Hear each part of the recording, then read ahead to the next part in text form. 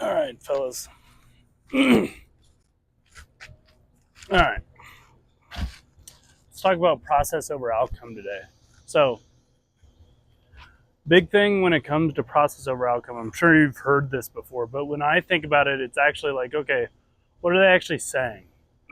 They're not just saying that the outcome isn't important. They're not just saying that the only thing we focus on is the process, but what they're focusing on is that if you take care of the process, if you take care of all those things, you're giving yourself the best chance of the outcome going the way that you want it to. The opposite is also true, where if you focus so much on the outcome, you're actually hurting your likelihood of getting there, because there's so much about the outcome and what determines that you'd ignore, that you're not focusing on, because all you're focusing on is the end goal. It's no different than if you're on a trip, if you're going somewhere, that in order to get to your destination, you have to make sure that you make every correct turn along the way. If you're so distracted by where you're going that you're not paying attention to what direction you're headed day by day or turn by turn, then obviously you're going to get lost. That's just common sense. Okay? So, but with that, we have to focus on the process. We have to do the mundane tasks, the ones that are simple, the ones that are not exciting, the ones that seem repetitive and all that, in order to get to where we want to go.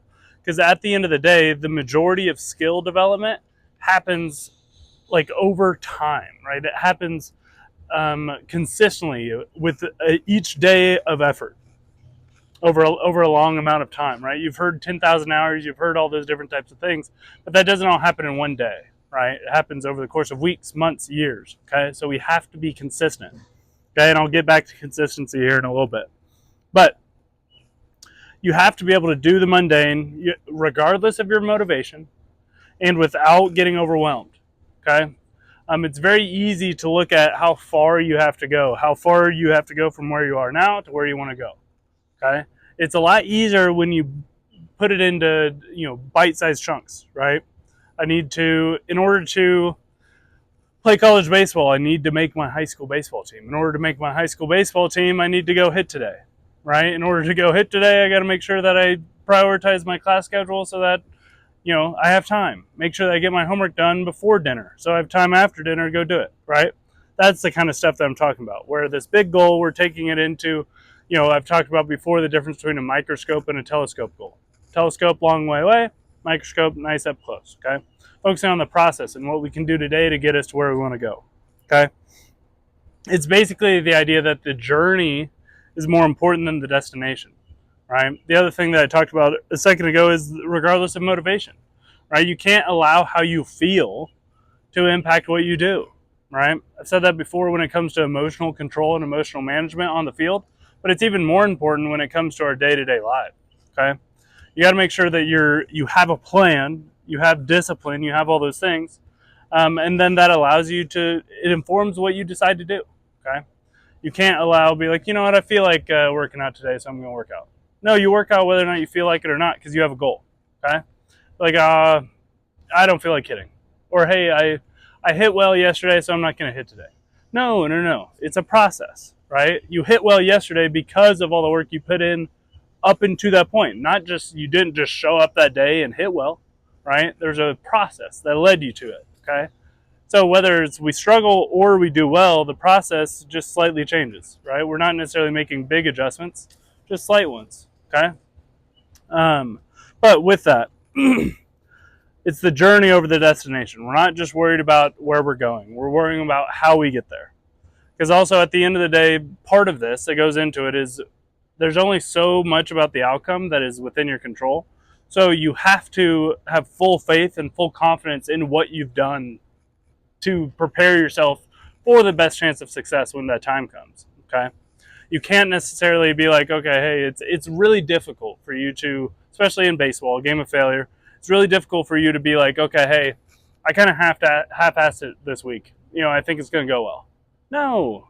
I mean, the odds are already against you, especially as a hitter, right? So you want to have everything that you possibly can in your back pocket of like, I did all the work that I possibly could do. I did everything I set out to this past week. I have full confidence that I've worked harder than this pitcher, right? Or vice versa. As a pitcher, be like, I've worked harder than this hitter. So you step on the mound or you step in the box with full confidence that you're going to be successful. Not that you're going to get a hit because that's not within your control, but you're going to be successful. You're going to have a good AB. You're going to hit the ball hard. You're going to not miss your pitch. All right, that's a different thing that we'll talk about down the road, but you have to make sure your goals are something within your control, okay? But the process overall, I like this definition. It's all the little steps that lead to the goal, all right? The destination is the ultimate goal, okay?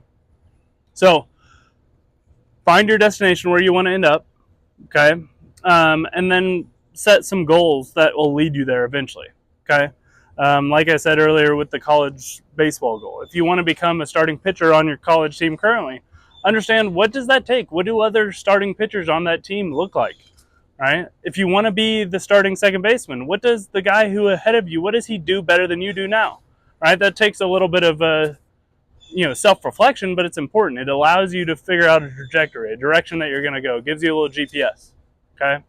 But the process is all the little steps that lead to the goal, okay? And it's daily, it's consistently, right? You're attacking the doubts before they arise, before they become a big issue, okay? So you need to execute the plan consistency without motivation. Motivation shouldn't even be a consideration, okay? You're either going to do it or you're not, right? You're either going to be disciplined or you're not, right? You have a plan, you're going to set out to do it, or you're not going to, right? That's as simple as it is, okay? So with that, you got to make sure that you control the controllables, okay? I've seen it this summer, and I've seen it a lot in my coaching career, but especially this summer, I've seen people get extremely frustrated when they did everything correctly. They hit a hard line drive, they didn't miss their pitch, they were on time, they hit it up the middle, the second baseman catches it, and they're slamming their helmet because they're pissed off. You're focusing on the wrong things, right? You're focusing on things that are outside of your control. There's no reason, you can be frustrated, right? But to get to that point where it emotionally overwhelms you, you're going to carry that into defense. You're going to carry that into your next AB, right? When at the end of the day, you did everything you possibly could. So you should be happy with yourself. Hitting a baseball hard, being on time, hitting the correct pitch is extremely difficult. You should celebrate that. Man, you smashed it. Who cares if it goes straight to the guy, right? Be like, oh, they got lucky, right? I'm going to try to execute my plan again. I'm going to focus on my process because I know ultimately my job is to do things I can control. My job is to have a good AB. My job is to hit the ball hard. My job is to learn from every at-bat, every pitch that I see, right? And then you go on, that's how you're successful over the course of a career. That's how you breed consistency, okay? That's what I was talking about earlier, is you have to, I would rather a pitcher or a hitter or whatever be consistent than for them to be streaky and emotional. Does that make sense? So you have to make sure that consistency is there. And in order to do that, you have to control the things you can and nothing else. Not worry about anything else. If they catch a line drive, hats off, okay? You're going to go right back up, learn from what allowed you to be successful in that AB, okay? And do it again the next AB. Because there's a good shot that you're going to hit it even better. Because that's the attitude that you portray. Does that make sense? Okay. With that, control the controllables. I can send this to you if you reach out. I'll send you a full list of this, but I really liked this when I coached at Pitt State because we were the gorillas, right? But you can control your APE, okay? So your APE. There's a lot of different words that can stand with it that start with an A that you can use. I like attitude, right? I like attitude. A lot of different words with P. I really like preparation, okay? A lot of different words that start with E, right? But I like to think about effort, okay? You can also think emotional control. You can think about your energy. You can think about all those things, right? But I like really focusing on your APE, meaning your attitude, your preparation, and your effort, okay? Because you can control those things every single day, okay? How you show up to the field, all right? One of the things when I was talking about this earlier, one of the things that came up was at the end of the day, what I'm trying to teach you here and what you're trying to basically learn from baseball is that what matters the most is what you do the 20 hours off the field, not the 4 hours on, okay? What you do, everything that leads up to the big moment is what matters and what basically dictates whether or not you're prepared or not, right? It's not how focused are you when the time comes. No. It's making sure that you've done all the steps necessary to prepare yourself for the moment, okay? So, and that's what comes down to that is your routine should give you structure, right? Your process should give you structure. It should be built up of habits and routines that you've created for yourself that allow you to be the best you possibly can be on any given day, right? For pitchers, it's pretty easy because, you know, we've done the research. We understand like how we need to undulate our volume over the course of a week, right? We've laid that out for you. If you have questions about that, if for some reason you're watching this and you don't already know who I am or who I work for, reach out. I'd love to help you.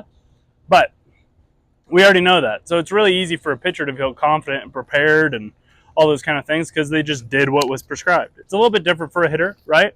But you need to create a process. You need to create a routine, create habits that you think are going to help you, okay? Whether that's shadow drills, okay? That's going up and taking full ABs mentally, you know, during your tee work, during your soft toss, right? Doing your full pre-pitch routine every single time. It's going to take more time, but it's going to benefit you more, okay?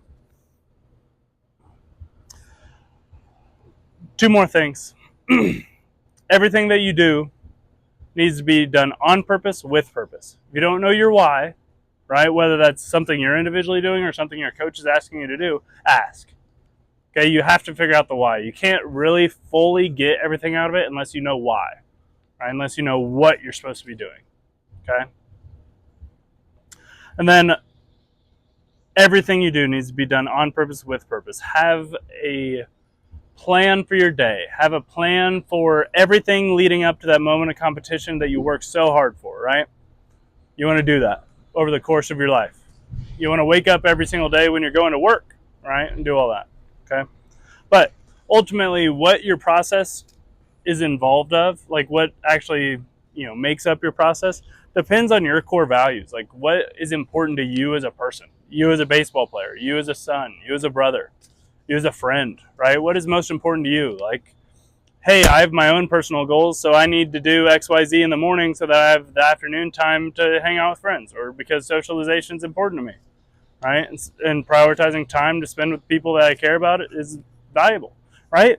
Adjust that. Make sure, right? If that's not something that you care about, then maybe relaxation. You know, getting everything knocked out so you have time to watch a movie at night, right? Relax and prepare yourself better for the next day. Make sure that your energy levels are where they need to be, okay?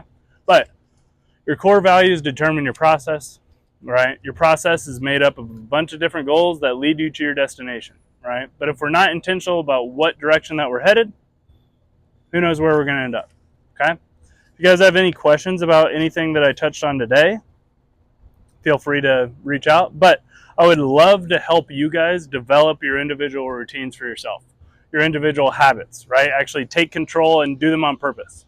Because you guys are creating habits whether you're doing it on purpose or not, right? You're either creating good habits intentionally or unintentionally, or you're creating bad habits unintentionally, most likely.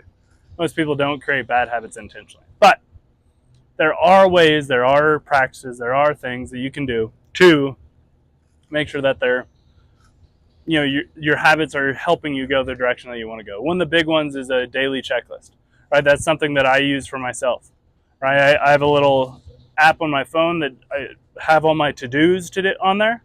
And then on any given day, I'll look at my to-dos and be like, I'm knocking out with this one, and that one, okay? And then I give everything, every minute of focus that I have to those three things. And if I finish those, then maybe I'll spend some time doing some more, or I'll consider myself done for the day, right? And I know that I did it, right? I know that I did what I was supposed to do, okay? But that's just one of the multitude of different things that I, you know, would be able to have for you, okay?